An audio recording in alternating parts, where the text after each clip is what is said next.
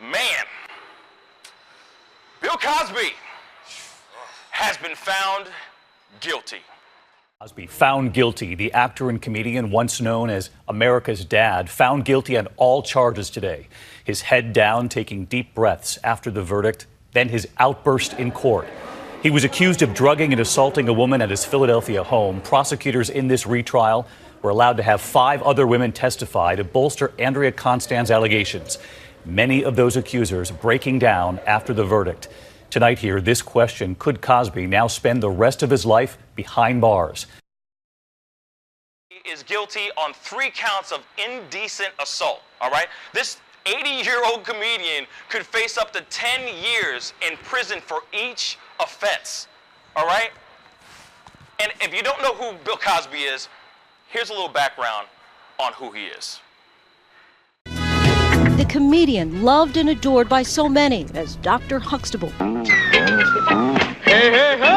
Fat Albert, and the face of Jell-O pudding, a convicted felon tonight who will now have to register as a sex offender. That's 30 years in prison. This man is 80 years old. That's a long time for an 80-year-old man. I mean, which is even crazier is how he reacted to this verdict. It was a bombshell verdict from 7 men and 5 women. Upon hearing the first guilty announced, Cosby put his head down. By the time of the second and third guilty, his entire upper body folded on top of itself. Several people gasped, while 3 Cosby accusers sobbed and were ultimately escorted out of the courtroom. Cosby later lashed out, cursing at the district attorney when he argued Cosby should get no bail, that he could flee in his plane. Cosby saying, "He doesn't have a plane, you expletive."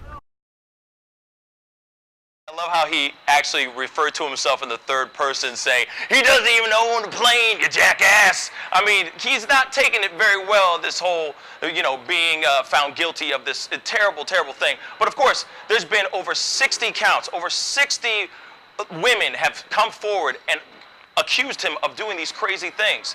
I mean, 30 years, it's 30 years is just the tip of the iceberg.